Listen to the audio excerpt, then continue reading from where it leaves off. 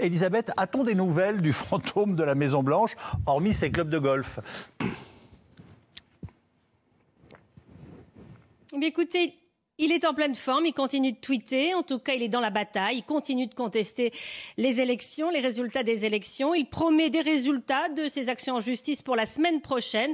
Il se concentre sur la Pennsylvanie, l'État qui a accordé la victoire à Joe Biden avec ses 20 grands électeurs. Le problème, c'est qu'il faut des preuves pour que la justice agisse et il veut faire arrêter la certification, stopper la certification des résultats. Vous savez, chaque État a jusqu'au 8 décembre pour certifier les résultats, pour que le collège électoral se réunisse et vote, désigne le président élu officiellement le 14 décembre. Mais quel est le climat du pays au moment où nous parlons? C'est quand même particulier. On a un président élu qui est en fonction jusqu'au 20 janvier.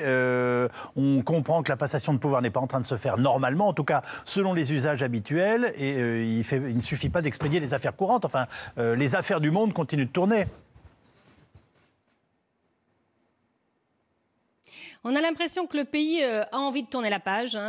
Tout le monde, quand je rencontre tout le monde, a envie de tourner cette page, qu'on en finisse. Ça va pas être facile. On s'attend tous un peu que Donald Trump fasse cette action en justice jusqu'au bout et que le 20 janvier, il n'assiste même pas à l'inauguration, à la cérémonie d'investiture de Joe Biden. C'est déjà arrivé, je parle sous le contrôle d'André Caspi, au début du 19e siècle. Je crois que John Adams n'a pas voulu assister à la cérémonie d'investiture de Jefferson. Ouais. Donc on peut assister à ce scénario, mais c'est vrai qu'on est suspendu à ce que peut faire Donald Trump. Et Joe Biden n'est pas inactif, il envisage lui aussi une action en justice.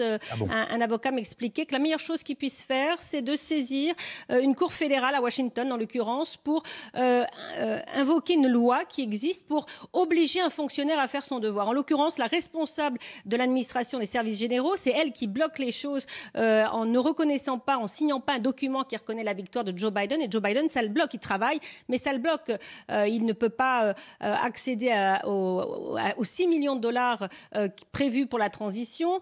Il a des questions de sécurité nationale. Il ne peut pas assister au briefing des agences du renseignement. Bref, on sent quand même ce pays est en attente, sent que c'est bloqué malgré tout, que le président élu avance, fait des conférences de presse, mais qu'il va être bloqué à un moment et donc on est suspendu à ce que peut faire Donald Trump.